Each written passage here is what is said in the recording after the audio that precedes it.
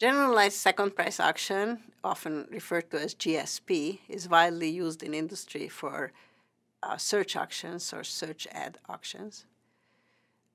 The activity you have just completed showed that truthful bidding is actually not a dominant strategy. So in this respect, it's not like the regular second price auction. In fact, there is no dominant strategy in this auction game. So if we think of GSP as a game, we need to think about what kind of equilibria it has. So in this segment, we're going to show that it has a good equilibrium. One, where the resulting assignment has maximum value and the prices are what we had as market clearing prices. To do this, you have to recall from a couple of segments back that we were thinking about ad auctions at that time as matching markets, and we set up tables of values for what the different slots are valued at different advertisements, and we set up market clearing prices.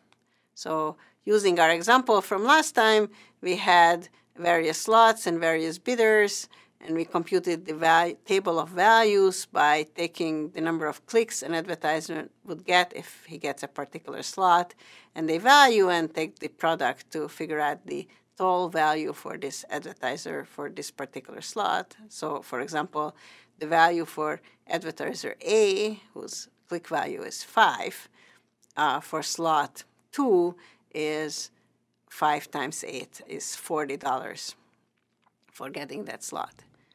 And last time we have also seen market clearing prices for this, and one set of market clearing prices that we used in the last segment were 55 for the top slot, 40, 6, and 0 for the slots going down from there. Given these market clearing prices, we computed net values, and we also observed that in the context where advertisers pay per click, it's better to think of these prices as per click prices. So we changed them to per click prices. Instead of $55 for 10 clicks, you think of $5.50 for each click. What we're going to claim here is that we can take these market clearing prices, or in fact any market clearing prices, and turn them into an equilibrium of this game. What we have to do is every advertiser has to bid to set the price of the advertiser above him. Remember, in a second price auction, every advertiser's bid does set the price for the advertiser right above him, and I can use the market clearing prices to show that there is a good way for the bidding to become stable. So in particular, you could have the top market clearing price, and that turn into the bid of the second advertiser, which in this case is advertiser D. And if he bids this $5.50, then that indeed will turn into a price of the highest advertiser. Well, assuming the highest advertiser bids something higher than that. So, for example, the top bidder can bid his own value. In fact, that value is not playing any role in setting prices. It just needs to be high enough to be higher than all of the prices.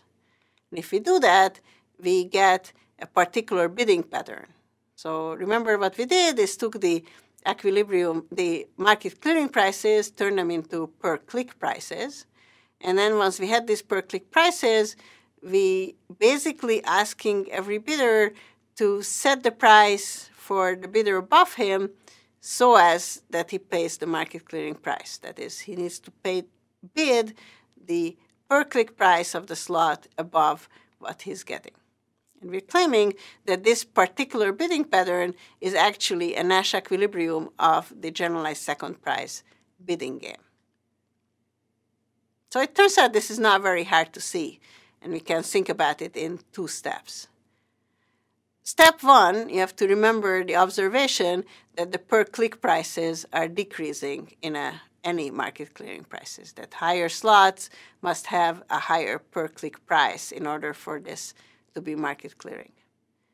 Given this observation, the bidding pattern we just made up have the bidders offer bids decreasing in the order of their values, and that means that they're going to be assigning this order to these slots, and indeed the solution will be of highest total value.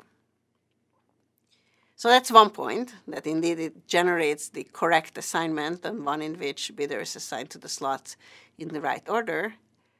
The second thing we have to worry about, whether this particular bidding pattern is at equilibrium, that is, will the bidders be happy with the outcome they got? And this is, again, relatively easy to see. Remember, the prices we used are the market clearing prices.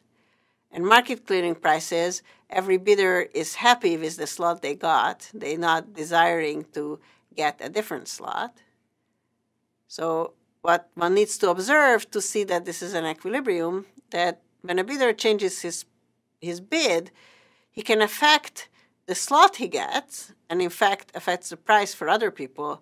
But what he cannot do is affect his own price. His own bid plays no role in setting his price. It's only other people's bid that's setting his price. So since the only thing he can change by bidding differently is to get a different slot at the current prices, this is not something that's good for the bidder. The current prices are at market clearing, which means every bidder is happy with the price they got, and so is not actually wanting to get a different price, and hence the current solution is at equilibrium. What we have just seen is that the generalized second price as a game has a very good equilibrium. It's an equilibrium where bidding is stable, the prices are market clearing, and every bidder gets the slot that he or she should get in the solution that has highest total value.